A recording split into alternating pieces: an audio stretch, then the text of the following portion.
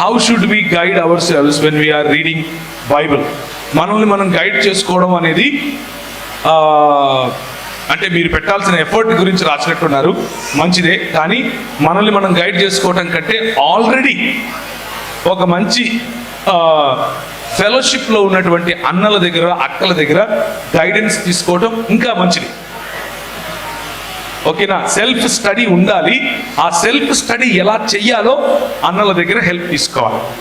1-2 రోజులు, 1-2 సార్లు తీసుకుంటే సరిపోతుంది.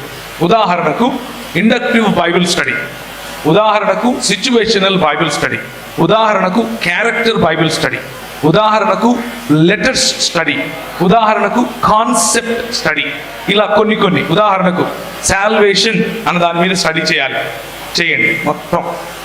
కానీ సొంత జ్ఞానం దాని మీద పెడితే ఏమవుతుంది అని అంటే, ఉదాహరణకు ఎలా బైబిల్ చదువుతారంటే కొంతమంది, ఏమి అన్నా నేను పెళ్లి కోసమని ప్రార్థన చేసి, ప్రభువా సహాయం దయచేయి, ప్రేమ మరియు కృప వీళ్ళిద్దరి మధ్యలో నేను ఎవరిని పెళ్లి చేసుకోవాలి, హల్లెలూయా అని ప్రార్థన చేసి తీస్తే నా కృప నీకు చాలును అని వచ్చింది.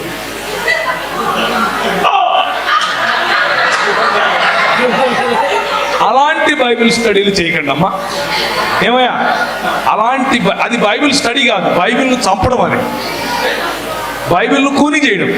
అలాంటి బైబిల్ స్టడీలు చేయకండి. అలాంటి బైబిల్ స్టడీల ద్వారా దేవుడు నాతో మాట్లాడాడు, మాకు దేవుడు కృపను ఇచ్చాడు, ఆ కృప వేరు, ఈ కృప వేరు. అర్థమవుతుందా? అది వేరు, ఇది వేరు. దయచేసి దాన్ని దేవుడు నాతో మాట్లాడాడు అన్నట్టుగా దేవుని స్వరాన్ని కించపరచకండి.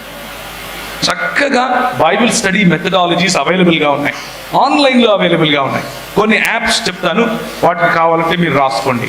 www.biblehub.com. ఇందులో కొంచెం డీపర్ స్టడీ చేయొచ్చు, అంటే లాంగ్వేజ్ స్టడీ చేయొచ్చు, గ్రీక్ అండ్ హీబ్రూస్లో స్టడీ చేయొచ్చు. అది మీకు ఇంట్రెస్ట్ ఉంటే. బైబిల్ హబ్ అన్నది కొంచెం అడ్వాన్స్డ్గా ఉన్న వాళ్ళకు ఉపయోగపడుతుంది, కొంచెం బేసిక్గా ఉన్న వాళ్ళకు www.bible.org ఉపయోగపడుతుంది. www.carm.com ఉపయోగపడుతుంది. www.equip.com ఉపయోగపడుతుంది. www.reasonablefaith.com ఉపయోగపడుతుంది. ఇలాంటి చాలా వెబ్సైట్స్ ఉన్నాయి. ఓకేనా? ఇంకా కావాలి అని అంటే ఏమి, స్థానికంగా ఒక ఫెలోషిప్లో ఎక్కడైతే బైబిల్ స్టడీ చేస్తారో ఆ ఫెలోషిప్లో మీరు ఏ సంఘానికి చెందిన వాళ్ళైనా పర్వాలేదు, బైబిల్ చదవడానికి డినామినేషన్లు అడ్డమా? ఎవరు అడ్డపడరు కదా. అలాగని చెప్పి ఏమి క్రీస్తు సంఘం వాళ్ళు యెహోవా సాక్షులు పిలిచారని చెప్పి బైబిల్ స్టడీలకు వెళ్ళిపోకండి. దుంప నాశనం అవుతారు, మామూలు నాశనం కాదు. వాళ్ళు ఏం చెప్తారంటే, యేసు ప్రభు మా అన్న, యేసు ప్రభు మా తమ్ముడు, పరిశుద్ధాత్ముడు మా చిన్న కొడుకు, ఇట్లాంటి మాటలు మాట్లాడతారు వాళ్ళు. ఏమి యెహోవా సాక్షులు ఏం చెప్తారంటే, యేసు ప్రభు మికాయేలు దూత అని చెప్తారు. మార్మన్లు ఏం చెప్తారంటే, యేసు ప్రభు ఏలియన్ అని చెప్తారు, బయట నుంచి వేరే దేశం నుంచి వచ్చాడని చెప్తారు. ఇలాంటివి చెప్పే వాళ్ళ దగ్గరికి బైబిల్ స్టడీస్కి వెళ్ళకండి.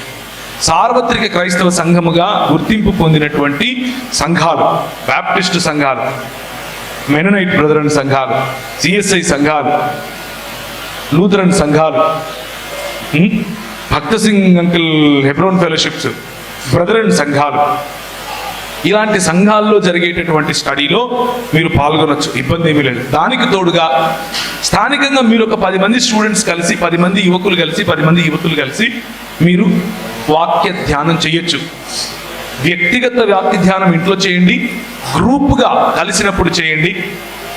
చక్కగా బైబిల్ అర్థమవుతుంది. బైబిల్లో ఉన్న విశిష్టత ఏంటంటే చిన్న పిల్లోడికి కూడా అర్థమవుతుంది. అందులో ఉన్న ఇంకొక విశిష్టత ఏంటంటే, నువ్వు తలకాయ పెట్టి దాంట్లో ఏదో తవ్వి తీయాలి అని అంటే నువ్వు డాక్టరేట్ తీసుకున్న అర్థం కాదు. అర్థమైందా? స్పష్టమైన స్వచ్ఛమైన మనసుతో చదివితే చిన్న పిల్లోడికి కూడా బైబిల్ అర్థమవుతుంది. అది ఆ బైబిల్ స్టడీ ఉపయోగపడుతుంది.